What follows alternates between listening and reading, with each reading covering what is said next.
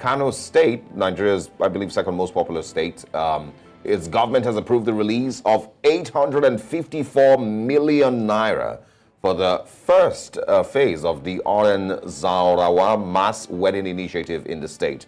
Governor Abba Kabir Yusuf, who disclosed this yesterday, also announced the constitution of a special committee to settle outstanding pension arrears for retirees from the Kano State Civil Service. Also, the government approved the release of 700 million for the payment of school fees for 7,000 indigenes of the state studying at Bayero University Kano as part of its efforts to cushion the effects of the economic crisis on students from the state. Let's show you the governor's tweets. Now, the governor did tweet, he said, also, this is a continuation of an earlier tweet. I hope that we have the earlier tweet first, but let's go through the continuation. It says, also from yesterday's meeting, the Kano State Executive Council has approved the following. 1. The release of the sum of 854 million naira for the first phase of the Auren Zaurawa mass wedding initiative. 2. Constitution of a special committee to settle outstanding pension arrears for retirees from the Kano State Civil Service. 3. Rehabilitation of 3 pedestrian bridges at Bayero University Kano Old Campus, Aminu Kano College of Legal and Islamic Studies, and the Saadatu Rimi University of Education, AKY. These are the tweets from Abba Kabir Yusuf. This is the earlier tweet where he says, as part of our efforts to cushion the biting effects of our current economic reality, the Kano State Executive Council, under my leadership, has today approved the release of the sum of 700 million naira to settle tuition fees for 7,000 students of Bayero University Kano, and further details of the initiative will be made available in due course. This is, of course, by Abba Kabir Yusuf. It's interesting to see what exactly this means and to see how the people of Kano might receive this. Now, a number of them are great or laudable initiatives in terms of trying to make life easier for students and retirees. I think those are very applaudable. And even the marriage one, especially because it might be a part of their culture, but one wonders, after the marriage, what next? Let's have a guest join us. Barrister Mohammed Bashir Badru joins us this morning. Good morning, and thank you very much for joining us. Good morning. It's my pleasure joining you. All right. The governor has announced a number of initiatives, the release of these monies for different projects, including the mass marriage, the university education programs, as well as the one for the retirees. How would you say that this comes across to the people of Kano, and would you say that this is an initiative that we all should be excited about? Oh, well, let me start by saying that from those speaking from outside Kano, it will be a perception different from those speaking from within Kano. Those speaking from within Kano will be so excited because that has been the mentality and the orientation. So it's all a welcome idea. I actually love the marriage of the student relief and the retirees relief and marriage, now married with the marriage thing, the mega marriage thing. In reality, the mega marriage thing is ordinarily supposed to be a religious affair, and it will be personal.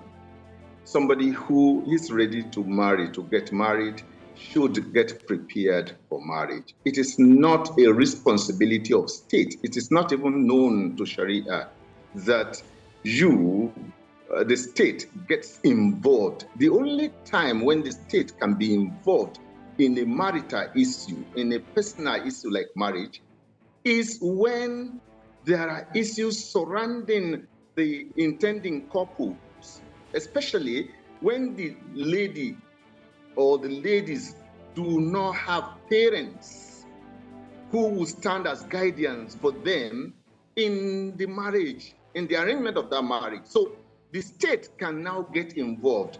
Under Sharia, the state manages the Bayt al-Mal, the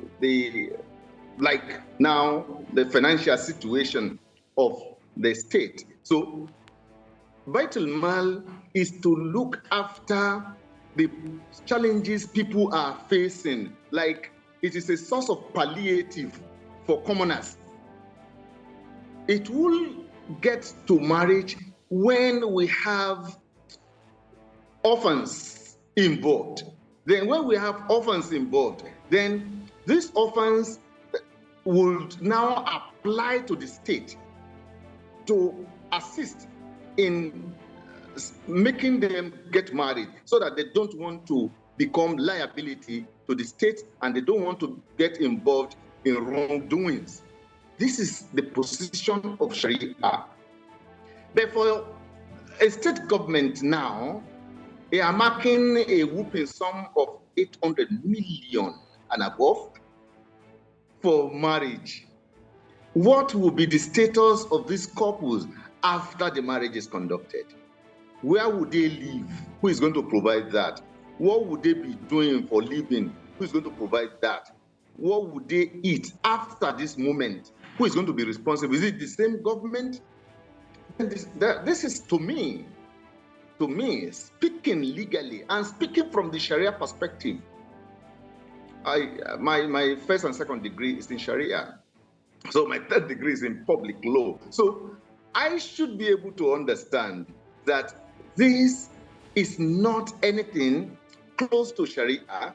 It is just more political, so that the government can resell itself back to the public after having offended a whole lot of public sentiments or feelings with the demolition it started without approval of the State Assembly. When the State Assembly has not even been constituted, you have started demolishing people's property. Under what law? Had the court not prevented him?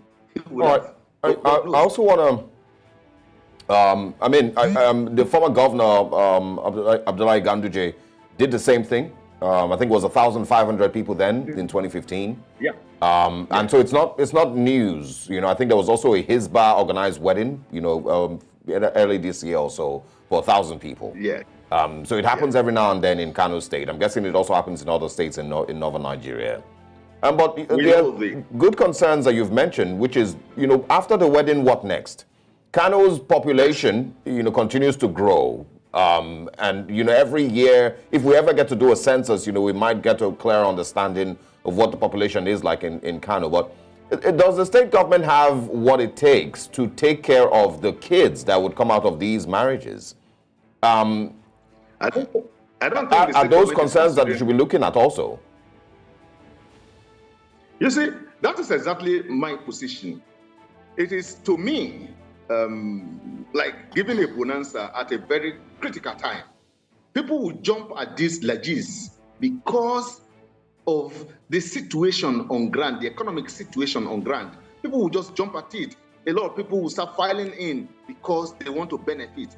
And, you know, if you say, oh, if the state government says, oh, we're going to give them loans to start a life, to start a marital life, I don't think that makes sense at all. Because if you give them loan, in this part of the country, we are not good at paying loans. Let them ask Buhari regime. How many people have paid back the trade money and the other incentives and loans that were granted under the administration? How many people have paid back? So it is something that we should interrogate the government with, asking, after this marriage, what next?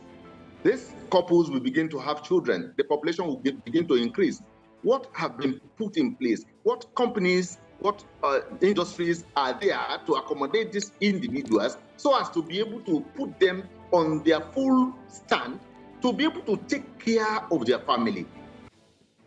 Is the government thinking about this at all? And I think this discussion is going to be necessary because somebody somewhere will hear about it, and also people in government will be alerted. Yes, we are preparing this marriage, but what is the future of this couple, especially when they begin to procreate? Yeah, does Kano State still have an Almajiri problem? We have more than Almajiri problems. We have a whole lot of issues with respect to Almajiri. They are everywhere you can look at, everywhere, every corner you can find. And that issue remains a societal menace that the government is not even thinking about. It's like a normal thing amongst us now. They have to leave. As young as a child of 3 years old, as long as he can stand, he's already on the street begging to survive. And this child is going to grow up like that to adulthood without parental supervision or care. And you expect that one not to be lured into crime at any time? No. We're not thinking right at all. All right. Now that you've mentioned that it's important that we're having this conversation, you've highlighted the challenges that this mass marriage will provide, and this is not the first time we're seeing this mass marriage happening. Is there any possibility that now or in the nearest future, this position will be reconsidered, not because the mass marriage is a bad idea, but because it's not quite sustainable? And do you think that this is something that the people of Kano will be maybe open to seeing the logic that you are sharing with us? That will be a very, very long time. I started with people's perception from outside Kano and people's perception from inside Kano. From within Kano, in fact, none will be able to think that this idea is a bad idea that must be discarded. No! The generality of people will continue to applaud it, and in fact will continue to agitate that this thing is continued. They are not thinking about the consequences of sustainability. No, nobody cares.